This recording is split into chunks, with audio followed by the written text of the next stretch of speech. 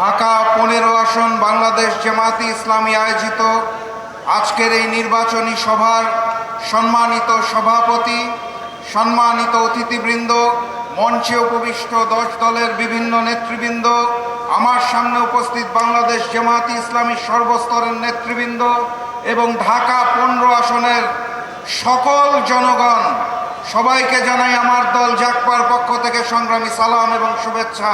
আসসালামু আলাইকুম। প্রায় 2 দশক পর বাংলাদেশে একটি জাতীয় নির্বাচন অনুষ্ঠিত হতে যাচ্ছে, যার প্রচারণা আজকে থেকে শুরু হলো। জুলাই গণঅভ্যুত্থানের হাজারো শহীদের রক্তের বিনিময়ে আমরা আজকের দিনটা পেয়েছি, বলেন আলহামদুলিল্লাহ। আজকে এখানে আমাদের অত্যন্ত আনন্দ ঘন পরিবেশে, উৎসব মুখর পরিবেশে প্রচারণা করার কথা ছিল, সেটা হচ্ছে।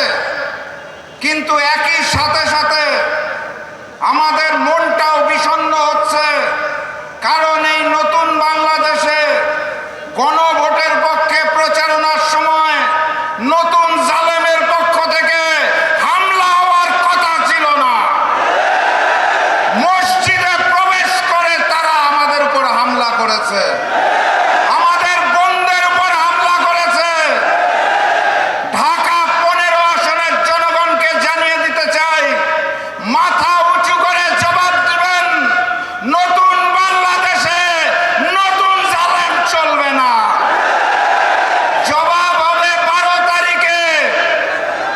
আমরা শান্তি চাই, কিন্তু কেউ যদি অশান্তি সৃষ্টি করতে চায় তাহলে আমরা শহীদ হতে জানি, আমরা রুখে দাঁড়াতে জানি। ওই একটি বৃহৎ দল নতুন করে প্রচারণা করার চেষ্টা করছে না ভোটের পক্ষে। মাত্র 30% টাকায় জমির মালিক হয়ে নতুন বাংলাদেশের গড়ে তোলার স্বপ্ন দেখা বাংলা বসতি। আপনারা তাদেরকে জানিয়ে দিবেন, যারা পাথর দিয়ে মানুষ হত্যা করে তাদের জন্য না, যারা চাঁদাবাজি করে তাদের জন্য না, যারা নতুন স্বৈরাচার তাদের জন্য না, আগামীর বাংলাদেশের জন্য আমরা সবাই হ্যাঁ। অতএব গণভোটে হাঁকে জয়যুক্ত করতে হবে। সম্মানিত সাথী এবং বন্ধুগণ, আমি অত্যন্ত সৌভাগ্যবান। একটি আসনে নির্বাচন করার কথা ছিল, ঐক্যের বৃহত্তর স্বার্থে নির্বাচন করছি না, এখন 300 আসনে প্রচারণা করতে পারবো আলহামদুলিল্লাহ।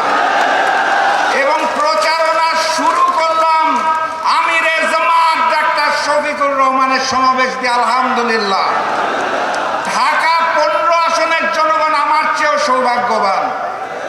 কারণ কি, বাংলাদেশে 300 আসনের 299টা আসনে জনগণ ভোট দিবে আগামীর এমপি বানানোর জন্য। ঢাকা 15 আসনের জনগণ ভোট দিবে বাংলাদেশের আগামী প্রধানমন্ত্রী নির্বাচন করার জন্য। আপনারা এমপি নির্বাচন করবেন না, আপনারা প্রধানমন্ত্রী নির্বাচন করবেন ইনশাআল্লাহ। কথাবার্তা পরিষ্কার। ডাক্তার শফিকুর রহমান বলে দিয়েছে ঐক্যবদ্ধ বাংলাদেশ। আমরা সেই ঐক্যবদ্ধ বাংলাদেশ, আমরাই বাংলাদেশ, বাম বিএনপি বনাম ঐক্যবদ্ধ বাংলাদেশ। আমরা আগামীর বাংলাদেশে ওই নতুন স্বৈরাচার আর ফ্যাসিজম চাই না। আমরা আগামীর বাংলাদেশে ভারতীয় আধিপত্যবাদ চাই না। অতএব বাম বিএনপিকে না বলুন, গণভোটে হ্যাঁ বলুন, 10 দলের প্রতীকে হ্যাঁ বলুন। আবারও দেখা হবে, আবারও কথা হবে ইনশাল্লাহ। সারা দেশ সফর করব এবং সবাই মিলে ইনশাল্লাহ আগামীর বাংলাদেশ গড়ে তুলব। বিজয়ের পথে যাত্রা শুরু। জীবন